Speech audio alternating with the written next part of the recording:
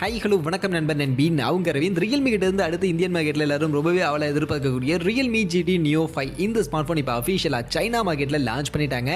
China மார்க்கெட்டில் இந்த smart ஃபோனில் என்னெல்லாம் கொடுத்துருக்காங்க, நெக்ஸ்ட் இந்தியன் மார்க்கெட்டுக்கு கூடிய சீக்கிரம் வரதான் போகுது. அப்படி வரும்போது என்ன மாதிரியான ஃபீச்சரோட என்ன ப்ரைஸ் செக்மெண்ட்டுக்கு எதிர்பார்க்கலாம், எல்லாத்தையும் வீடியோவில் போய் பார்க்கலாம் வாங்க.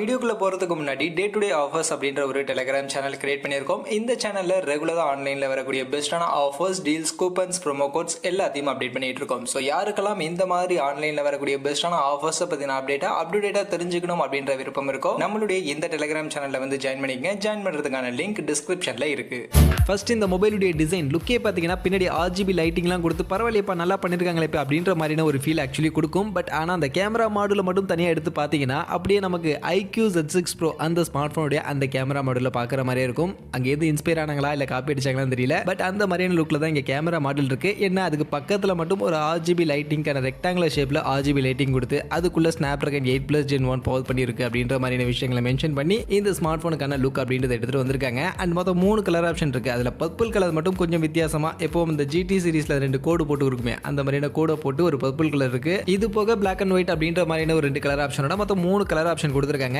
அண்ட் பின்பக்கம் இருக்கக்கூடிய இந்த RGB லைட்டிங் ரெக்டாங்குலர் ஷேப்ல கொடுத்துருக்காங்கல்ல, இந்த லைட்டிங் ஆக்சுவலி சும்மாலாம் கொடுக்கல. இதில் நிறைய விஷயங்களை கஸ்டமைஸ் பண்ணியும் கொடுத்துருக்காங்க. ஃபர்ஸ்ட் நம்ம மொபைல் சார்ஜ் கம்மியாகுது அப்படின்னா ரெட் கலரில் இண்டிகேட் பண்ணி நமக்கு சார்ஜ் பண்ணுறதுக்கான ஒரு இண்டிகேஷனாக இருக்கும். அதே மாதிரி நம்ம கேம் விளையாடும் போது ஸ்க்ரீனை டச் பண்ணும்போது அந்த டச்சுக்கு ஏற்ற மாதிரி பின்னாடி இது பிளிங்க் பண்ணி எரியும்னு சொல்கிறாங்க. அண்ட் காலுக்கு வரும்போது காலிங்கான நோட்டிஃபிகேஷன் ஆகட்டும் இல்லை மெசேஜுக்கான நோட்டிஃபிகேஷன் ஆகட்டும், ஸோ இந்த மாதிரியான நிறைய விஷயங்களுக்கு கஸ்டமைஸ் பண்ணி இந்த RGB லைட்டிங் கொடுத்துருக்கதா சொல்கிறாங்க. ஸோ இது கொஞ்சம் இன்ட்ரெஸ்டிங்காக இருக்குது. ஆக்சுவலி இதுவும் காப்பி தான், நம்ம நத்திங் ஃபோன் ஒன்ல இருந்து தான் எடுத்திருக்காங்க. பட் ஓகே, ரியல்மி கிட்ட இருந்து கொஞ்சம் யூனிக்காக கொஞ்சம் நல்லாவே இந்த டிசைன் அப்படின்றது இந்த ஸ்மார்ட் ஃபோனில் பண்ணியிருக்காங்க.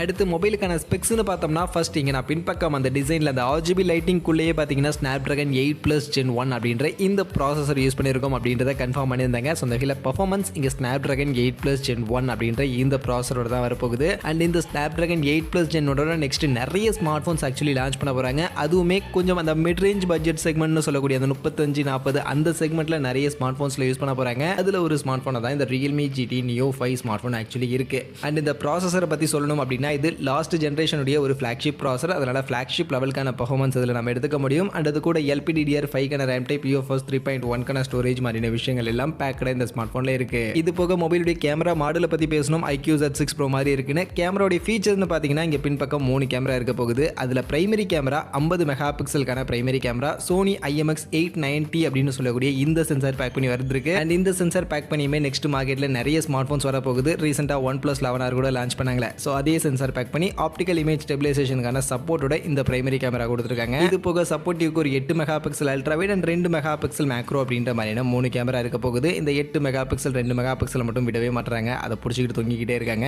முன்பக்கம் செல்ஃபி கேமரான்னு வந்தோம்னா 16 மெகா பிக்சலுக்கான செல்ஃபி கேமரா, ரியல்மி யூஸ் பண்ணக்கூடிய அந்த ஆஸ்தான செல்ஃபி கேமராவை தான் இங்கேயும் யூஸ் பண்ணியிருக்காங்க. அந்த வகையில் கேமராவுடைய ஃபீச்சர்ஸ் பார்க்கும்போது ஓகே நல்லா தான் இருக்குது. அதுவும் IMX890 ஆப்டிகல் இமேஜ் ஸ்டெபிலைசேஷனோட இருக்கிறது நல்ல விஷயம். இது ப்ரீவியஸ் ஜென்ரேஷனில் இருந்த IMX766 விட இன்னும் பெட்டரான ஒரு கேமரா அவுட்புட்டை கொடுக்கும் அப்படின்ற மாதிரிலாம் சொல்கிறாங்க. ஸோ இந்த வகையில் கேமரா பர்ஃபார்மன்ஸ் நல்லா இருந்தால் நல்லது தான். மற்றபடி மொபைலில் பேட்டரி அண்ட் ஃபாஸ்ட் சார்ஜிங்னு பார்த்தோம்னா ஆக்சுவலி இங்கே மொத்தம் 2 வேரியண்ட்டாக லான்ச் பண்ணியிருக்காங்க. அதில் ஒரு variant 5000 mAh battery capacity and அதை சார்ஜ் பண்ண 150 வாட்ஸ்க்கான ஃபாஸ்ட் சார்ஜிங்கான சப்போர்ட் கொடுத்துருக்காங்க. இன்னொரு variant 4600 mAh battery capacity and அதை சார்ஜ் பண்ண வேர்ல்டு ஃபர்ஸ்ட் 240 வாட்ஸ்க்கான ஃபாஸ்ட் சார்ஜிங் அப்படின்ற மாதிரி 2 வேரியண்ட்டாக 2 விதமான பேட்டரி அண்ட் ஃபாஸ்ட் சார்ஜிங்கோட இங்கே ஆக்சுவலி இந்த ஸ்மார்ட் ஃபோன்ஸ் லான்ச் பண்ணியிருக்காங்க. ஸோ அந்த வகையில் 240 வாட்ஸ் அப்படின்ற ஒரு ஹையர் ஃபாஸ்ட் சார்ஜிங்கான சப்போர்ட்டோட இந்த ஸ்மார்ட் ஃபோன் லான்ச் ஆயிருக்கு. இது போக மொபைலுடைய டிஸ்பிளே அப்படின்னு பார்த்தோம்னா இங்கே 6.7 இன்ச்சஸ்க்கான சைஸ்ல 1.5K ரெசல்யூஷனுக்கான ஒரு AMOLED பேனலுக்கான டிஸ்பிளே கொடுத்துருக்காங்க. அண்ட் அது கூட 144 ஹெர்ட்ஸ்க்கான ரெஃப்ரெஷ் ரேட்கான சப்போர்ட் இருக்கு. 1400 நிட்ஸ்க்கான மேக்ஸிமம் பீக் பிரைட்னஸ், 2160 ஹெர்ட்ஸ்க்கான PWM டிமிங் ஃபீச்சர் மாதிரியான விஷயங்கள்லாம் பேக் பண்ணி ஒரு நல்ல டாப் ஃபீச்சரோட குவாலிட்டியான விஷன் இருக்கக்கூடிய ஒரு டிஸ்பிளேவா இந்த டிஸ்பிளேவை எடுத்துட்டு வந்திருக்காங்க. ஸோ அந்த வகையில் டிஸ்பிளேயோட ஃபீச்சர்ஸ் பார்க்கும்போது உண்மையிலேயே நல்லா தான் இருக்கு இந்த செக்மெண்ட்டுக்கு. இது போக மொபைலில் அதர் ஃபீச்சர்ஸ்னு பார்க்கும்போது of course in display finger print scanner இருக்க போகுது. அண்ட் ரியல்மி ஃபர்ஸ்ட் டைம் இதில் IR பிளாஸ்டர் எடுத்துட்டு வந்திருக்காங்க. ஸோ IR பிளாஸ்டர் இந்த ஸ்மார்ட் ஃபோனில் இருக்கு.